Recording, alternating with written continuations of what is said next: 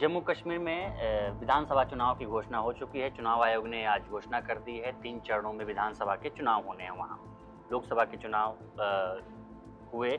आपने देखा कि लोकसभा चुनाव में बड़ी पार्टियों को कैसे नेस्तनाबूद होना पड़ा, और नेस्तनाबूद इन द सेंस मतलब कि बड़ी पार्टियाँ कमज़ोर हो गई और एक नए खिलाड़ी उभर कर सामने आई लोकसभा चुनाव में। बड़े बड़े जो राजनीति के प्लेयर थे, उमर अब्दुल्ला से लेकर महबूबा मुफ्ती, सब ढेर होते नजर आए। उसी में नए खिलाड़ी निकले जिन्होंने इन दोनों को हराया। उसके बाद से एक सवाल उभर रहा है, चूँकि ये 10 साल बाद 2014 के बाद 10 साल बाद चुनाव होने हैं। पिछला चुनाव 2014 में हुआ था, अब 10 साल बाद 2024 में विधानसभा के चुनाव होने हैं। और लोग यही सोच रहे हैं कि अगर 2024 के हालात जैसे रहे, जैसे लोकसभा चुनाव में जैसे अचानक एक राजनीतिक देखने को मिली, जम्मू कश्मीर में एक चेंज मिला, अगर वैसा ही होता है 2024 में विधानसभा चुनाव के परिणामों में, तो किसकी सरकार बनेगी। हम पहले 5 वहाँ लोकसभा की सीटें हैं, 5 में से 2 सीटों पर बीजेपी है, 2 रीजन है। 20 टोटल जम्मू कश्मीर में जो विधानसभा के चुनाव होने हैं, वहाँ 20 जिलों की 90 सीटों पर चुनाव होने हैं। जम्मू की 43 सीटों पर और कश्मीर की 47 सीटों पर। इनमें पिछले लोकसभा का चुनाव 5 सीटों पर हुआ। बारामूला सीट पर जहां उमर अब्दुल्ला चुनावी मैदान में थे, उनको हरा दिया अब्दुल राशिद शेख ने। उसके बाद अनंतनाग और राजौरी सीट पे महबूबा मुफ्ती थी, पूर्व मुख्यमंत्री, उनको हराया मियां अल्ताफ अहमद ने। उसके बाद से श्रीनगर की जो सीट थी, चूँकि ये नेशनल कॉन्फ्रेंस की सीट हमेशा से रही है, तो यहाँ आगा सैयद रुहुल्लाह मेहदी ने पीडीपी के उम्मीदवार वहीदुर रहमान को हराया। उसके बाद से आप उधमपुर सीट आते हैं, तो यहाँ डॉक्टर जितेंद्र सिंह जो कैबिनेट मिनिस्टर हैं, उन्होंने चुनाव जीता। और जम्मू सीट पे जुगल किशोर जो बीजेपी से हैं, उन्होंने चुनाव जीता। यानी कि कश्मीर की जो 3 सीटें थी, वहाँ बीजेपी ने कोई चुनावी मैदान नहीं उतारा था, लेकिन जम्मू की सीटों पर उन्होंने 2 सीटें थी, दोनों सीटों पर बीजेपी ने जीत हासिल की। अब आप देखेंगे कि इसमें अगर यही परिणाम रहे, तो आप देखेंगे कि बारामूला की, सबसे पहले बारामूला लोकसभा सीट पे आते हैं। शुरू से आते हैं कि बारामूला लोकसभा सीट पर जहां से उमर अब्दुल्ला हारे, बारामूला लोकसभा सीट में 18 विधानसभा की सीटें आती हैं।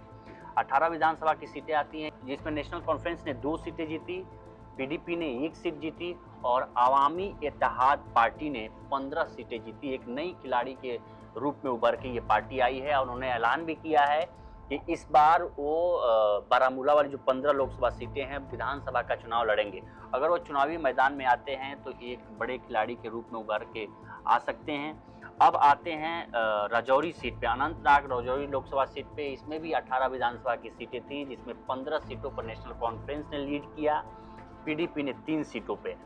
अब आते हैं आपके उधमपुर लोकसभा सीट पर, जिसमें से 14 सीट पर लीड की बीजेपी ने, 4 पर कांग्रेस ने लीड की। जम्मू लोकसभा सीट में 15 सीट पर बीजेपी लीड की, कांग्रेस 3 पे। यानी कि आप कुल सीटों पे आप अगर नज़र डालेंगे 90 सीटों पे, तो 33 सीटों पे नेशनल कॉन्फ्रेंस आगे रही।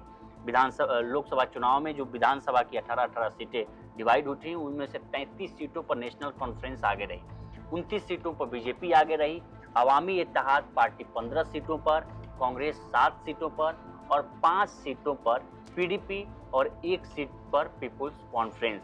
अगर ऐसे आप देखेंगे तो इसमें से लगभग किसी की सरकार नहीं बन रही, लेकिन अगर इंडिया और एनडीए गठबंधन की वहाँ बात आएगी, जिसमें नेशनल कॉन्फ्रेंस, पीडीपी और कांग्रेस तीनों एक साथ मिलके अगर चुनाव लड़ते हैं, तीनों एक साथ अगर रहते हैं, तो इस हिसाब से 33 सीट नेशनल कॉन्फ्रेंस की, 7 सीट कांग्रेस की, 40 सीट और 5 सीट पीडीपी की, 45 सीट। यानी कि 90 में से हाफ सीट 45, लगभग पूर्ण बहुमत की सरकार अगर एनडीए की वहाँ बात आती है, तो इस हिसाब से अगर 2024 के परिणामों, लोकसभा परिणामों के हिसाब से अगर हम देखेंगे, तो वहाँ एनडीए सरकार बनती दिख रही है फिलहाल लोकसभा चुनावों के तहत, क्योंकि 33 सीटों पर नेशनल कॉन्फ्रेंस आगे थी। विधानसभा सीटों पे 29 सीटों पर बीजेपी सिर्फ 29 सीटों पर थी, वो भी जम्मू रीजन की सीटें हैं, जहाँ हिंदू बहुल इलाका है। जम्मू इलाका जो माना जाता है हिंदू बहुल माना जाता है, वहाँ बीजेपी की पैठ है उधमपुर और